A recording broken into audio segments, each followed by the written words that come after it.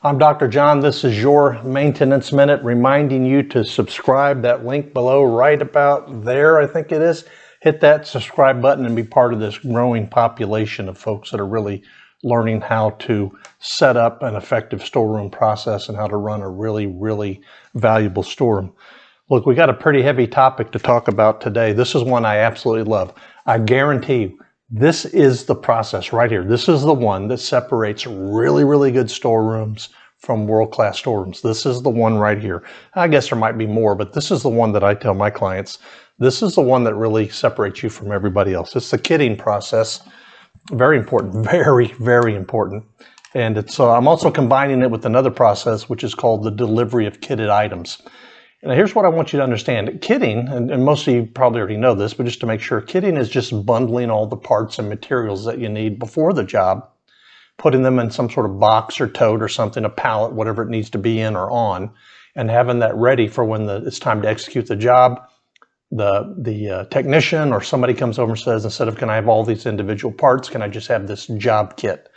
That is a collection of all the parts and materials that have been made ready for the job. So it's really simple. It's very easy to understand. In fact, I tell my classes and I tell my clients, it's so easy to comprehend that a 16-year-old kid at McDonald's can kit, right? You go up to the drive-thru at McDonald's, order number 1, and when you get to the window, you're going to get a Big Mac and a medium fry and a medium drink, the food in a bag and the drink in a cup. The kid's going to put this together as a 16-year-old kid. What does he know about kitting, right? That's how easy it is to understand, but it is singularly the hardest thing to pull off.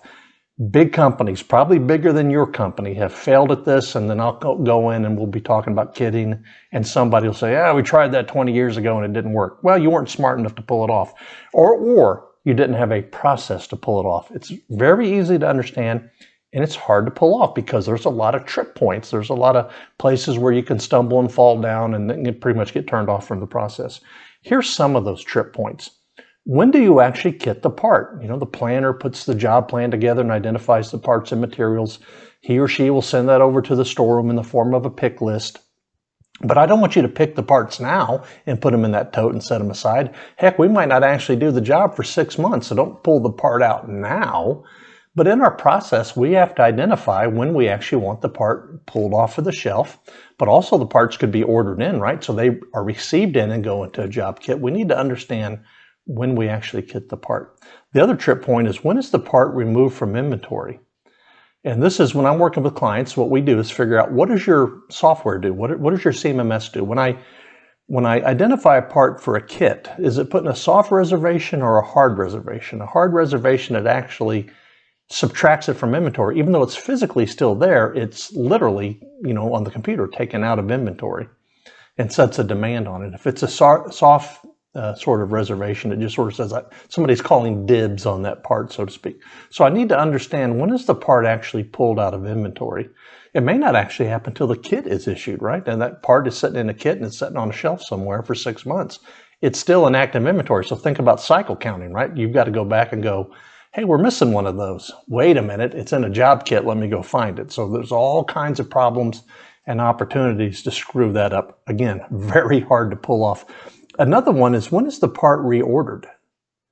When does the computer sense the demand, subtracted from inventory in a sense, hit that reorder point to create that reorder, that purchase request for a reorder quantity? When does that actually happen? So what I do with my clients is, when we're setting up a kitting process, we're actually, the first couple of days, we're looking to see, what is the computer actually doing? I don't want to fight the computer. If the computer's kind of set up for its own little way to do some weird machinations or whatever, let's just go with that, right? We don't want to change the computer system just because we're trying to kit something. We need to understand what the software is doing, and then we need to work kind of within those boundaries.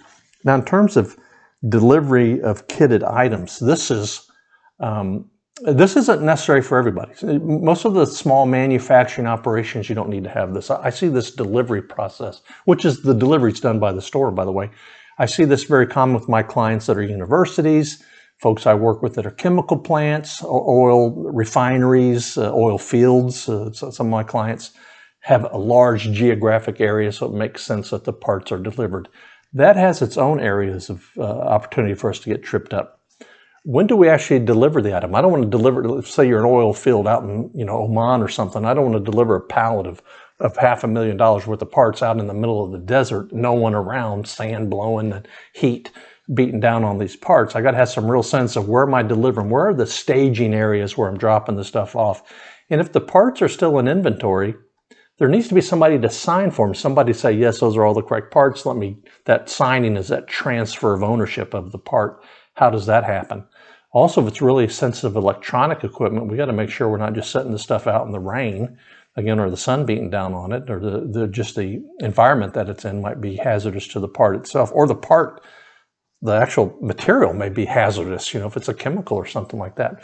So this delivery of kitted items really makes sense for larger geographic laid out areas. It's done by the store, but we got to have real rules about it. Where are we delivering it to? Who's going to be there to sign for it, kind of confirm this transfer of ownership of the parts. The kitting process is the breaker between really good storerooms and world-class storerooms. It takes the combined effort of the storeroom and the maintenance department. And also the purchasing department, I guess, as far as this reordering of parts. It's also very critical that this is a process that is documented. There's a process guide for it, a workflow. That's what we're talking about, storeroom processes. That it's documented and people follow the process, and we continually improve as we get smarter on things.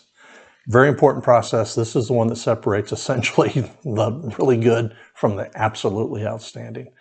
I hope that you'll find an opportunity to discuss kitting and delivering of kitted items if it's right for you. Call me if you need any help. This is what we do for a living. Look forward to working with you. I'm Dr. John. This has been your Maintenance Minute.